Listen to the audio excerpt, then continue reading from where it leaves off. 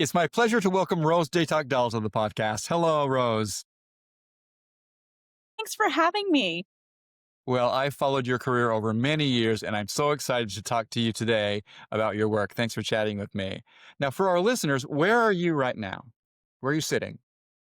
I am sitting at the top of a mountain in our home in Woodland Hills, Utah, which is, if you know anything about Utah, it's about half hour south of Provo. It's near Spanish Fork. And are you in your studio? I am in my studio. I'm jealous of anyone who has one of those things because I live in New York, and a studio apartment means that's where everything is, not just where we make art. It's like that's the whole our 300 square foot. That's it. So, what is your studio like? Well, we've lived in this home since 2021, and I had the opportunity to design our home. And I designed it with the intention of making this both a home and an art studio, and it has an art gallery in the home as well. So my studio right now, I'm actually in the upper loft portion of my studio, so it's 2 levels, and this is the office portion, and the working part of the studio is downstairs. It's a big space. I'm really grateful to have this, space. I was able to design it to sort of go with my workflow. I've been really grateful for that because for years, for 24 years, Oh, I had my studio in the basement of our home in Virginia, and it was not ideal because it was a family space as well and, a living space. It was kinda awkward, and the ceiling was probably only I don't even think they were 9-foot ceilings. So, it was a challenge doing large work, and so I'm really grateful to have this space. Have your works got larger since you moved into a larger space? Yes, they've gotten larger.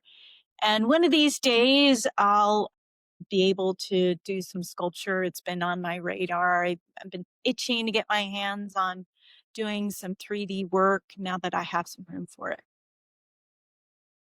Well, I'd love to talk with you a tiny bit about how your whole life with art started. When did you first become interested in making it? Was there somebody who kind of encouraged you or pushed you in that direction? How would you describe that? I've been very fortunate to have encouraging parents. I am Filipino, and it's kind of typical for Asian families to really push their children into medicine or technology or something or science. But my oldest brother went that route. My parents are physicians. My oldest brother is a radiologist. But then the rest of us, we kind of have followed our own path. And I've always been inclined towards the arts. I'm a little bit of a black sheep that way, not in a rebellious sort of way, but just different. I think I'm the right-brained, member of my family, and so I've always been inclined towards all things creative, whether it's dance, theater, visual arts, and film, videography. I thought I was gonna go into film, but I ended up getting my art degree in fine arts studio and art history of all things, where I thought was really gonna go in the direction of film. But, to this day, I think film cinematography has informed my art because I think I compose my images like a cinematographer. I love everything about film, even film posters, and they're very graphic quality, and I that has always impacted my art as That's well as art amazing. impacted by art. I have a love of just the history of art. I think it's really important to know what you've inherited in terms of what's gone before because that all of that's brought to the table. You've inherited all. You have to know a bit about it to know what's relevant to you, what you want to incorporate, discard, what inspires you, what doesn't inspire you. All those things kind of inform me as an artist. So, where did you go to college to study these things? I went to Virginia Commonwealth University, also known as VCU Arts in Richmond, Virginia. So probably not known to many folks out here in the West, but it's definitely more a recognizable name on the East Coast. Yeah. All right. Now let's jump a little bit to the present. Your painting is on the cover of a new book, Expressions of Jesus, that was published by Shadow Mountain Press recently. Can you tell us a little bit about the book and how you became involved with it? Sure. Dallin Wright, who's a product manager over at Deseret Book, and Laurel Day, who's Deseret Book's president, and Chris Schobinger, who's publisher with Shadow Mountain. They approached me with this project, and uh, they said, "We would really love an artist curate this book." And I thought, really? You don't want like a scholar with a PhD?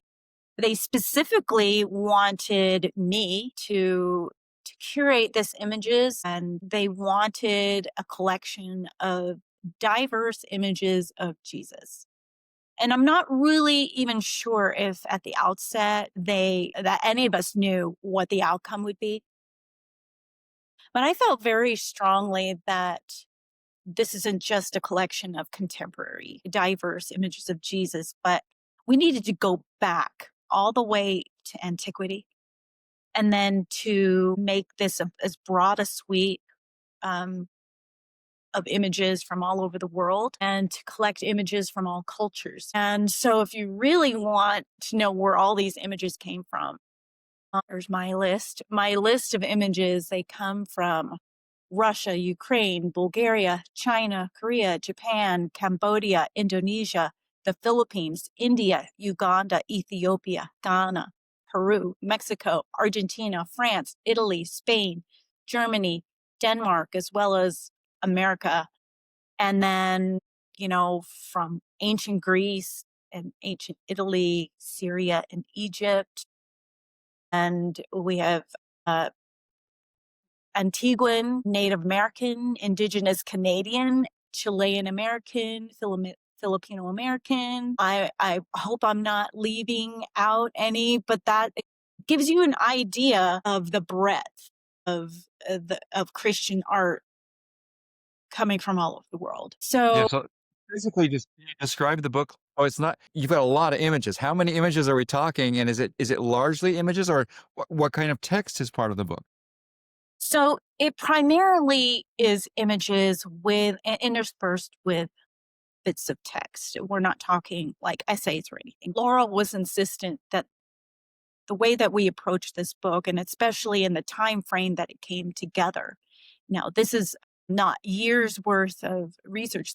Like this book came together in a matter of 8 months. And in the world of publishing, that's almost unheard of. And so in some ways kind of miraculous, especially when you're talking about getting rights. To answer your question about how much artwork is in there are works from 104 artists, and a third of which are Latter-day Saints. So the rest of it comes from everywhere, from Christians everywhere. And we have anywhere from like 2 to 3 images, maybe four from each artist. Okay. So That's a good we're sampling. talking about 300 or 400 images in the book, and getting the rights to all those images. Again, that was kind of miraculous because that's a lot. That's a lot. And of course, a lot of the images we were able to get from artists who have been deceased for over 100 years. So that's sort of open source. But by and large, most of the artists were thrilled to participate. Really? But really, the scope of the book is it really is the idea behind this book is to show different cultural representations of Jesus. And that's why it's called Expressions of Jesus. And the book is not organized by time period or region. I was kind of insistent on that, but I lost that battle with Laurel Day. Laurel really wanted this to feel like a collection that didn't give weight to one particular art style or one particular um, region, but to give equal weight to all the art. So it's a surprise on every single page, and it's really beautifully textured that way. It's a Wow. stunning collection. When I got the book in my hand, I was floored by this book. And really, the overarching thing that I learned from working on this book, and I'd never done this before, even as an art historian that, studying art history, I never looked at Christian art as a whole and including contemporary Christian art. I didn't even think, back when I joined the church in the 1980s, I didn't even know that Christian art was still a thing. I thought that was a dead art. Uh, But to see it, especially coming from our Latter-day Saint culture, that religious art, sacred art is a living thing, and to be part of it and to sort of watch this unfold, to look at Christian art. The one word that I'm going to borrow from one of the artists, his name is Hu Chen, and he's one of several Chinese painters in this book who are traditionalists, and they do traditional ink wash painting, and they bring that to their Christian art. So you see Jesus is Chinese, and the stories take place in a Chinese village, Chinese apostles. And the same thing I see with, let's say, Ethiopian Christian folk art, where all of Jesus and the apostles are African. They have African features. The word that I'm borrowing from Hu Chen is contextualization. And what that means is that the artists are using they're portraying, they're using their own visual vernacular from their own culture, a visual language that's familiar to their people, to portray the stories of Jesus so that it would relate. These stories would come to life for their own people, their own culture. And then when I found that if that's true for Chinese traditional ink wash painting or for Ethiopian Christian folk art, it's true for European art, such as Karl Bloch, who paints Danish models, Danish Christ, or Caravaggio, who uses Italian models and a Baroque period costume for his figures. And I would say that's also the true for our Latter-day Saint culture, because our current Latter-day Saint culture, which is informed by our own Latter-day Saint cultural traditions, our outlook, and that's become more and more diverse, especially in recent years. It's by our own ideas, whether that's even political ideas that come from our 21st century. So I think that all Christian art in this book shows contextualization of one kind of other, because it's for all art. All of the art is portrayed through a specific lens of a specific people, of a time period, and so that was incredibly enlightening to me. well, now that the book is out in the world, it was published recently, it's in bookstores now. What kind of feedback have you had from readers or other artists now that they have it in their hands? Well, I've had so much positive feedback. One of the overarching or common responses is that this book is really timely, that it's something that we need in our divisive times, and that the book is almost healing. I've had that word specifically conveyed to me by different people. There was a woman who came to one of our book signings, and she had raised her hand and made some comments during our panel discussion. And she admitted that she hadn't been to church in years, that for whatever reason, she has had some difficulties. But when she looked at the book, she was almost in tears. She was one of the people who said that the book was very healing, and that I think that what she conveyed is that she found different depictions. Maybe she found a depiction of Jesus to which she could relate. And I think that maybe there's something for everyone. And I think that everybody kind of, they want to feel like they're part of the story of salvation, and they want to be able to relate to Jesus. And maybe in her instance, maybe she found something in the book that she could relate to. Yeah, as you're talking, I'm remembering last year, I did a little focus group in a way at the Church History Museum in Salt Lake City. You were part of an exhibition of LDS art over a period of 200 years. And one wall was just dedicated to different kinds of depictions of Jesus. And I had a group there, and they were looking at the works from France and Germany and China and Africa, elsewhere. And I said to them, which of these images can you relate to? And it was just like what you just said, Rose. It was like they were all over the map. They were like, "Yeah, this reminds me of something," or "This is how I imagine," or something. And so I wouldn't generalize that they were looking for works that looked like them. Actually, that was not the case. I was surprised because I expected it to be, but it wasn't the case. They were just all in different places in their life and their cultural baggage and experience, and they were responding to works that in some way connected them to things that they really meant a lot to them. Does that sound good? I mean, that sounds like That your sounds experience. that's Yeah. I'd love to delve into this topic of depicting Jesus just a little bit more with you because I think it's a subject that you've thoroughly considered. And one thing that I would be curious about is how has your thinking about painting Jesus evolved over time? As I talk with artists who create religious imagery and Christian religious imagery specifically, some of them really get very nervous about depicting Jesus. It's just like a lot of pressure. What does historical Jesus mean, or do they even want to go that way? Like, it's something that they really struggle with. And I think you're in a really interesting position to talk about it because over a period of number of years, you've kind of, I don't know if I would say wrestle, but you've talked about how this might have changed with you. So how do you think this has evolved with you? for years I had painted Jesus in what I would call sort of the classic Jesus kind of depiction. He's got the brown hair and the blue eyes. And I painted him like that for years, for almost 2 decades. And then I kind of made this shift. There was a lot of discussion about race in 2020. The world went crazy with the pandemic. And serious questions came up in my mind. And I thought, well, maybe it's about time I started painting Jewish features on Jesus. And that's pretty daunting because when I've had this volume of works on Jesus where I've depicted Jesus this way.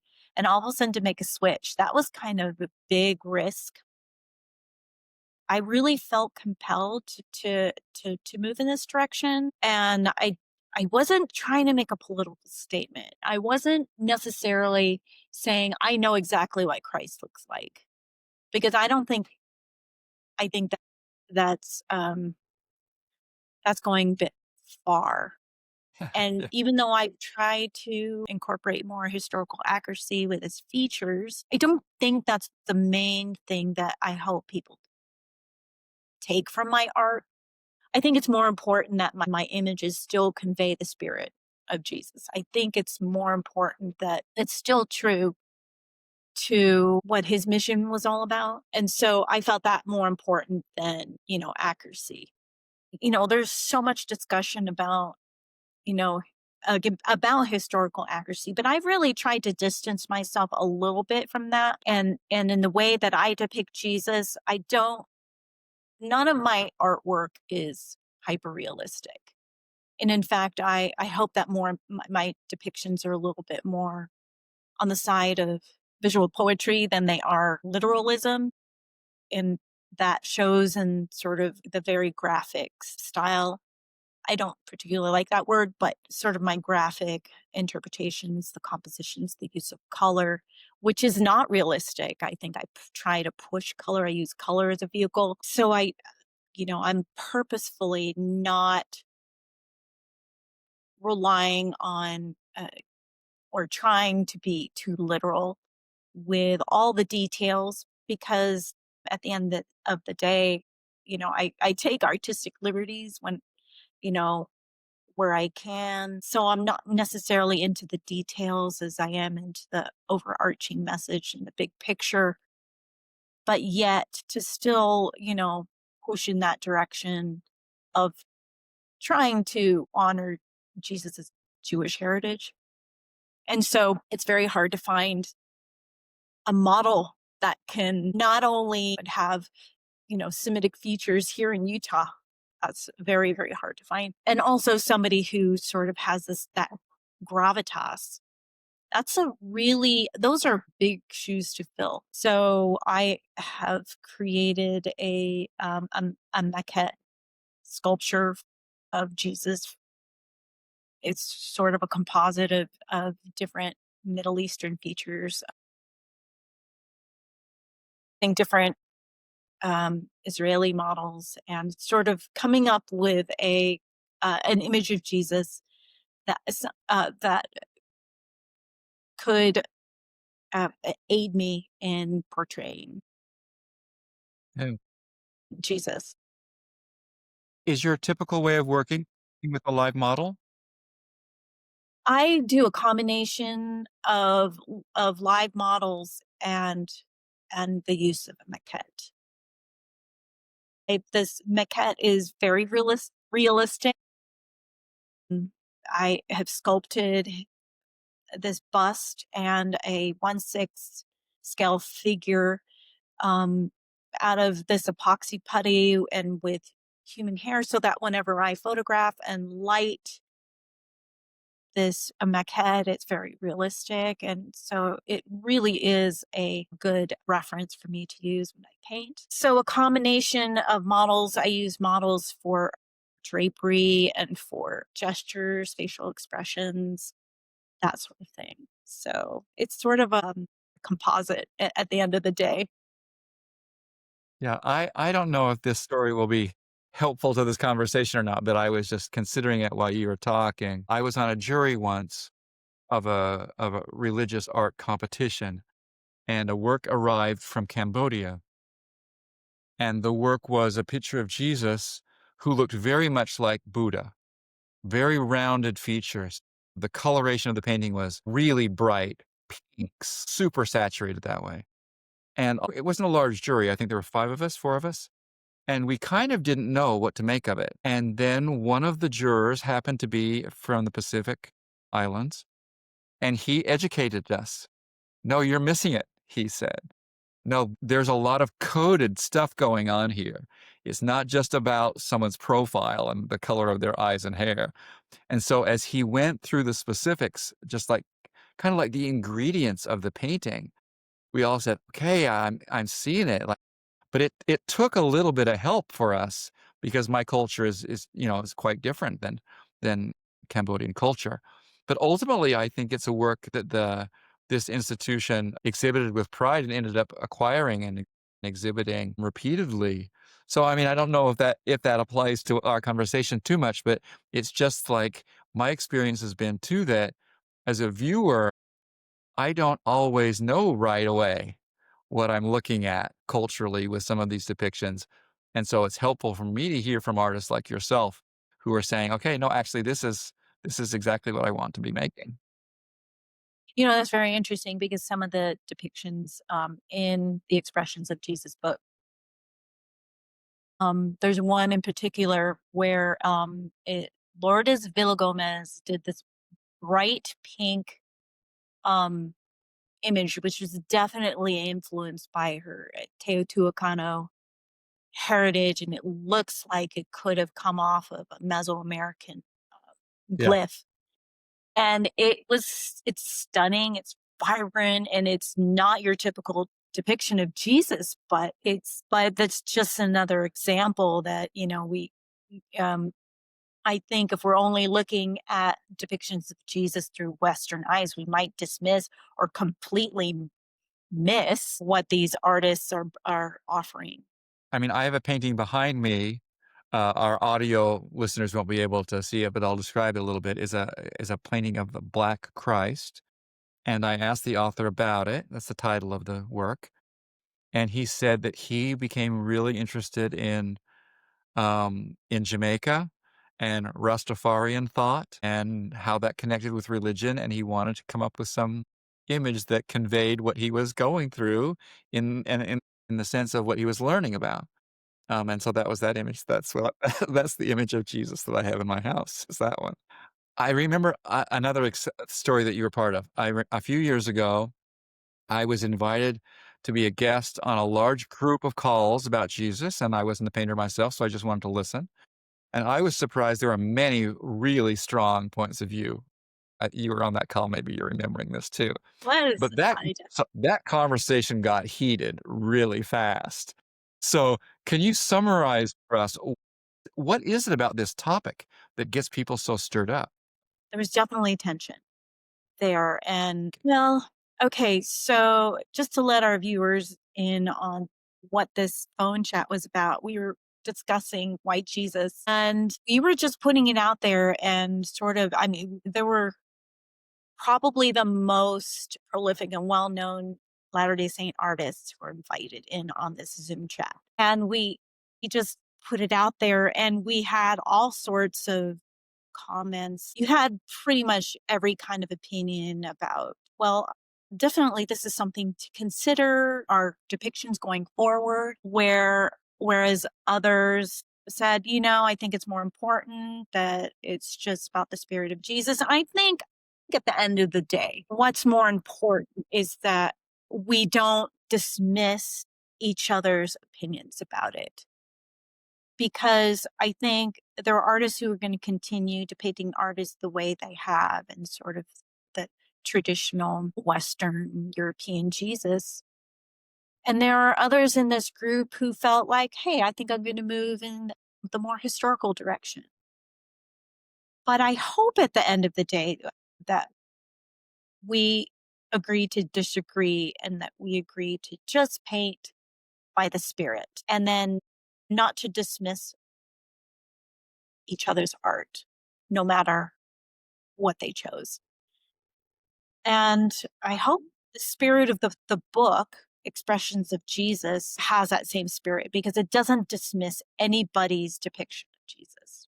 It has Western European and then it has Eastern and Indian and Asian. It has hopefully everything. And I hope that people come away with that feeling when they see the book. And I hope at the end of the day, the artists, their feelings were ameliorated at the end of that Zoom chat. But it's good to have these discussions. It was good to talk about it, but it was a healthy discussion.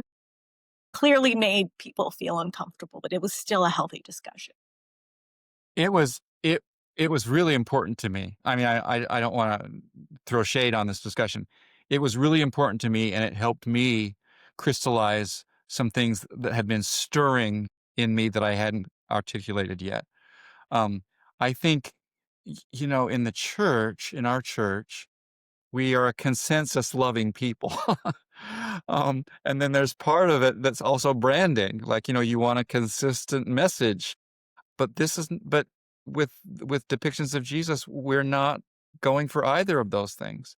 We're not looking for consensus, and we're not looking for a single image, although in the years since, we have adopted a graphic image that, you know, is consistent. But back to your book, I love what it's about. I'm curious, like, how did working on it and then seeing the range of Christ images affect your thinking about painting?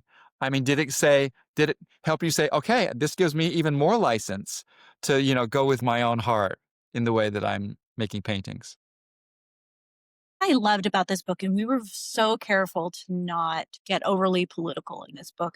The book is not about Jesus' skin color, even though Jesus appears in every skin color in this book. But it was more about appreciating all these different cultural offerings and appreciating the beauty that each of these cultures bring to the table in the way that they express their devotion to Jesus. And yes, and I think in a lot of ways that's very liberating because in the words of Esther Kandari, it doesn't put Jesus in a box. And I think it gave me an appreciation for for other people and gave it gives space for other people's ideas and interpretations. It gives space for their their creative expressions. And I think that's healthy in general. I think it's a healthy attitude to have at looking not just images of Jesus, but at art in general, because it, it hopefully gives us space to consider the artists and what they're saying, that these are expressions that are important to this artist. These are heartfelt expressions.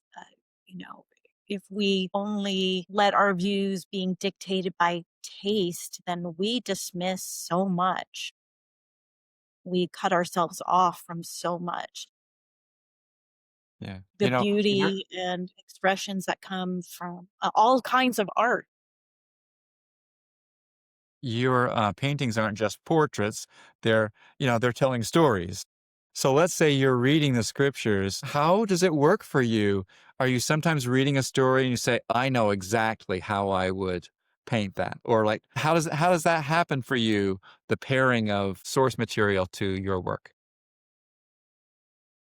I think on the surface, a lot of my work can just appear to be narrative, but m- I don't approach my pieces with that in mind. Usually, the images that I create are of Jesus and the stories that come from the scriptures, I usually am making a personal commentary. And usually, it's a statement about something that I'm going through, but yet I'm able to relate it through a biblical story.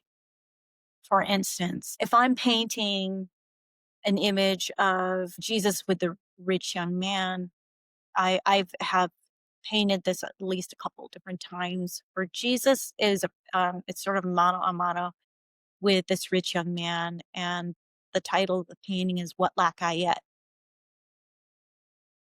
And he's asking this question to Jesus, and he hasn't made the decision yet.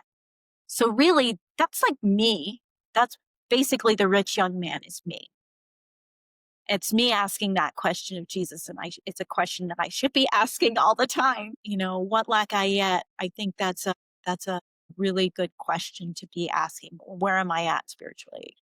Am I Where am I at on the spiritual pendulum? Am I drawing closer to him? Am I veering away? What do I need to make course corrections? So really that painting is about me. If I'm painting the woman with the issue of blood and where she's reaching to touch Jesus' hem, then really that painting is about me. It's not necessarily that I had her same. I'm not in the same situation. It's not like I have this issue of blood, but it's more about spiritual healing. Am I reaching to Jesus? Am I having faith to be healed? Am I having faith to be healed physically or spiritually? If I'm painting a picture of Peter and Jesus, I have this painting called, what did I title my painting? It's um Bid Me Come Unto Thee. There's Jesus is on one side and Peter is on the other, and there's this big wide gap on the water. And so I really make use of in this horizontal format. And really, that's a story that Peter is me. It's like, do I have the faith to bridge that gap to Jesus? So often my paintings are, yes, they're biblical stories, but they're usually a personal commentary about what I'm going through, what I've learned. So often that person interacting with Jesus is me in the painting. Okay. Beautifully said, Rose. That as soon as I hear you say that, I'm thinking back of the paintings of yours that I know and love, and I think, okay, I see that. Like I make that connection now. Really nice. Let's shift gears a tiny bit. You are a parent of art. So what is that like? What has that been like for you? And who in your family is making art? So currently, I have four children, and I have an artist daughter, Ginger Doll Egbert, who is making waves on her own, and she creates contemporary landscapes and figurative works, brightly colored. Maybe she gets that from me. And then I have a daughter who is a professional photographer. She right now is busy being a mom. Actually, both of them are busy being moms. And then I have two boys. Both of them are not visually inclined. They perhaps had been more inclined towards music. But we try not to impose career paths on our own children. We hope that they would choose their own paths. And it just so happens that I mean they're creative in one way or other, but really it's Ginger who decided to take a professional route in terms of visual arts. My oldest daughter, who's the photographer, um, she does a lot of portrait photography, she's done product photography and that sort of thing. And my grandkids, at least 2 of them have shown an inclination towards the visual arts, and so that's kind of exciting. We're kind of letting that unfold, and my grandkids, it's really fun to have them in my studio and give them paints and canvases and kind of let them go at it. That's really fun to have them in here. It's a little bit chaotic, but it is kind of fun to have them in here. So I love that I can share that with them.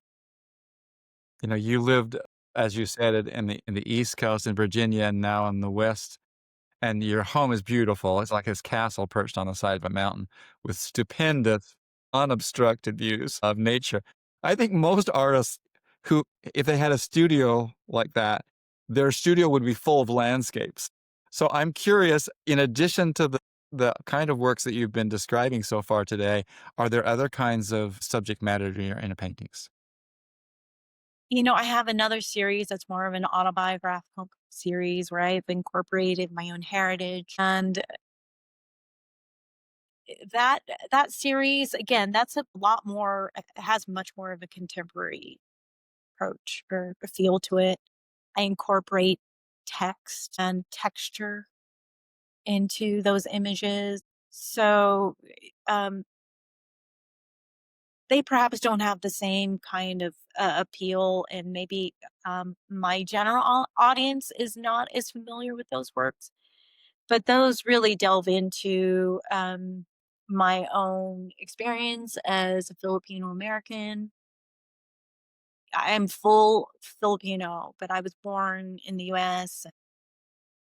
It's sort of about my experience growing up in America in the 80s and 80s, and how that has shaped me and my ideas, as well as being a Latter-day Saint.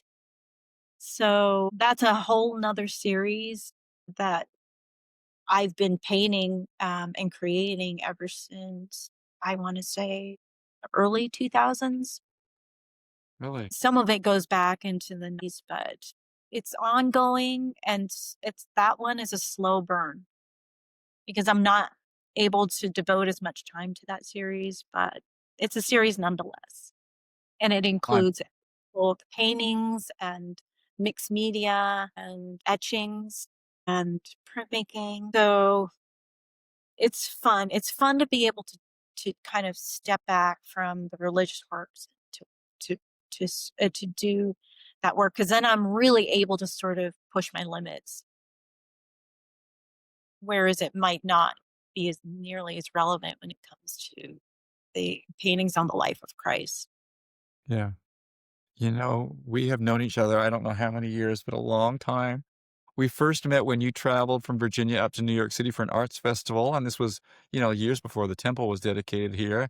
And I was honored that you had come so far, like it was really far. What role do you think gatherings like that play for artists or a culture? Essentially, this is a question about community.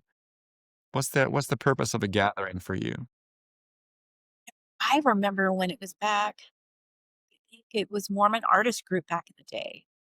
Back up, and then to see, I mean, there've been other attempts at sort of gathering a community of Latter-day Saint artists, and some have come and gone, and there are others that I know there's, like, an Inspirational Arts Association, definitely much more of a traditional sort of classical bent to that organization. But what I really love about what Center for Latter-day Saints Arts does is to sort of document.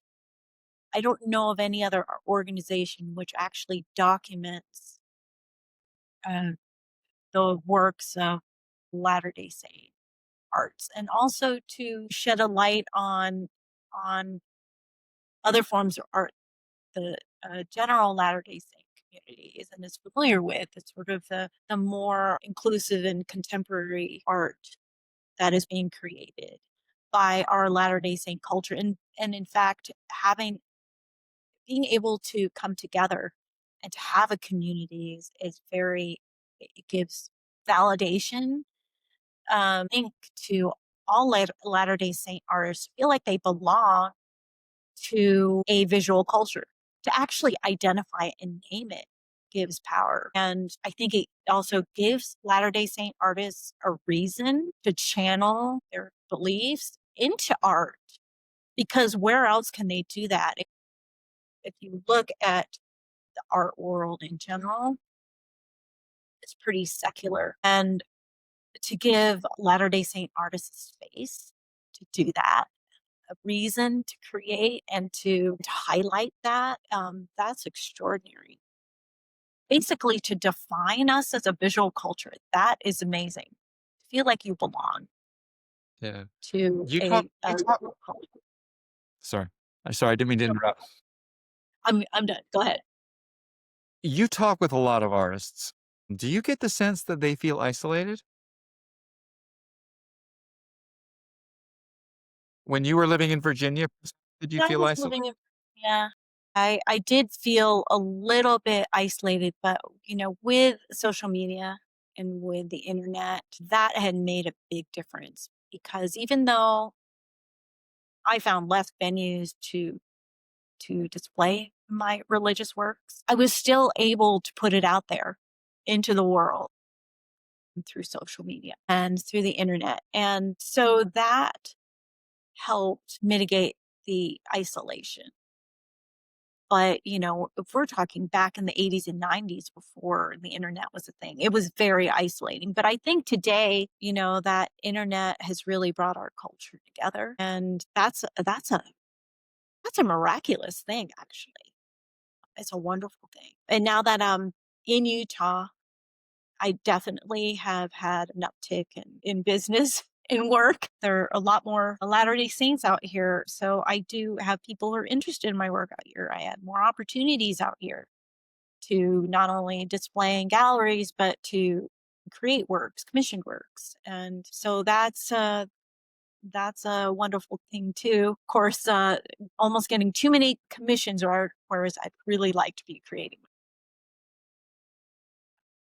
I think, when you want to eat or when you want to, support your career, you gotta have a balance of both commissions and selling the artwork that you love to create.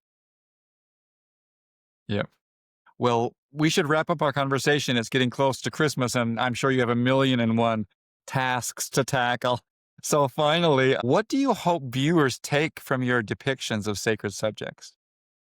This is partially from the work with your beautiful book, but also the work that you're making. What would you like viewers to take away? And I've probably said this in other venues and other situations. I try not to demand anything from, I can't demand a response from people. However, what I can do as an artist, my part is to infuse some honesty into my works. And in portraying Jesus, I hope that I have been true to his character and the spirit of particular story that I'm portraying, particular message. And I hope that people will feel that sincerity, and they might be there might be a moment where they're at a place spiritually, they're and then there's this moment of intersection when they're viewing my art, or perhaps they feel something, maybe it's the spirit. That's kind of a magical thing that is beyond my control. But it happens because people say it from time to time, one person can walk by my painting and not feel anything, but yet another person can walk by and something about that painting jumps out at them. That's not unique to religious art. I think that's art. I think we can be moved by art. But specifically when I'm painting Jesus, that's a that can be a very focused message that comes from the spirit, and it usually isn't coming from me.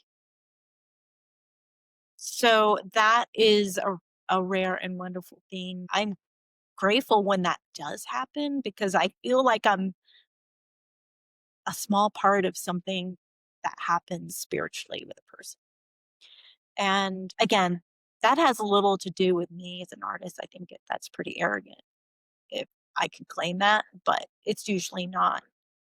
However, I think it's my job to create art that's well done and infused with, you know, a bit of my soul. Um, that's my job. But hopefully there will be some people that can relate to something in my art, and that's I can't ask for. Beautiful. If somebody wants to learn more about your artwork, how can they find it? You can go to my website, rosedatocdall.com, or you can follow me on Instagram, Rose Datoc Dall Fine Art, or just at Rose Datoc Dall, DATOC. DATOC. Yes. So, yeah, you can follow me there. You can even message me either on my website You're or very approachable, on it. Rose. Thank you I so hope. much. Well, thank you for chatting with me today. I really has such admiration for you, and I have for a really long time. I regret that you live so far away. I would love to be able to hang out with you more, but congratulations on all your success. The book sounds beautiful. I've just looked at it briefly. I haven't had a chance to get a copy yet. And to your family, they're amazing. I've met almost everybody, I think, in your family, and I think of, you know, the apple doesn't fall too far away from the goodness tree, so congratulations on them too. Thank you, Glenn. Thanks for having me. Best of luck with Center for Latter-day Saint Arts. I hope it can go on for many, many, many years. Well, we have lots of cool stuff happening, and listeners, you can find out more about the center by going to our website, which is www.centerforlattersaintarts. Goodbye.